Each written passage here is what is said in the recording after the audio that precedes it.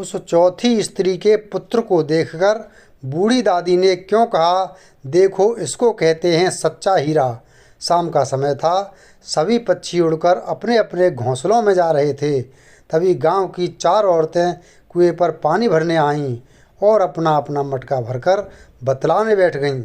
इस पर पहली औरत बोली, अरे भगवान, मेरे जैसा लड़का सबको दे। उसका कंठ इतना सुरीला है कि सब उसकी आवाज़ सुनकर मुग्ध हो जाते हैं। इस पर दूसरी औरत बोली कि मेरा लड़का इतना बलवान है कि सब उसे आज के युग का भीम कहते हैं। इस पर तीसरी औरत कहाँ चुप रहती, वह बोली, अरे मेरा लड़का एक बार जो पढ़ लेता है वह उसको उसी समय कंठस्थ हो जाता है। यह बात सुनकर चौथी औरत कुछ नहीं बोली। तो इतने में दूसरी औरत ने कहा, अरे बहन, आपका भी तो एक लड़का है, आप उसके बारे में कुछ नहीं बोलना चाहती हो। इस पर से उसने कहा, मैं क्या कहूँ, वह ना तो बलवान है और ना ही अच्छा गाता है। यह सुनकर चारों स्त्रियों ने मटके उठाए और अपने गांव की ओर चल दीं। तभी कानों में कुछ सुरीला सा स्वर सुनाई दिया।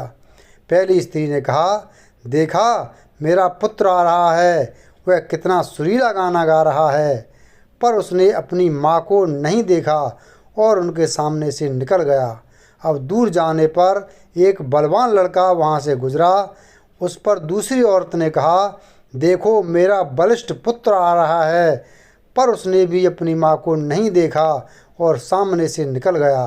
तभी दूर जाकर मंत्रों की धुनी उनके कानों में पड़ी। तभी तीसरी औरत ने कहा, देखो मेरा बुद्धिमान पुत्र आ रहा है। पर वह भी श्लोक कहते हुए वहाँ से उन दोनों की भांति निकल गया।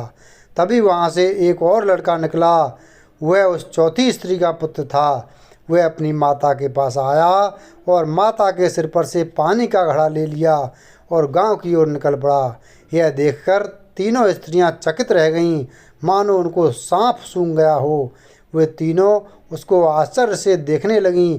तभी वहाँ पर बैठी एक वृद्ध महिला ने कहा, देखो इसको कहते हैं सच्चा हीरा।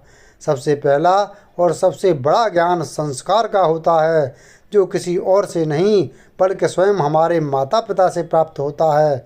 फिर भले ही हमारे माता पिता शिक्षित हों या ना हों, यह ज्ञान उनके अलावा दुनिया का कोई भी व्यक्ति नहीं दे सकता है।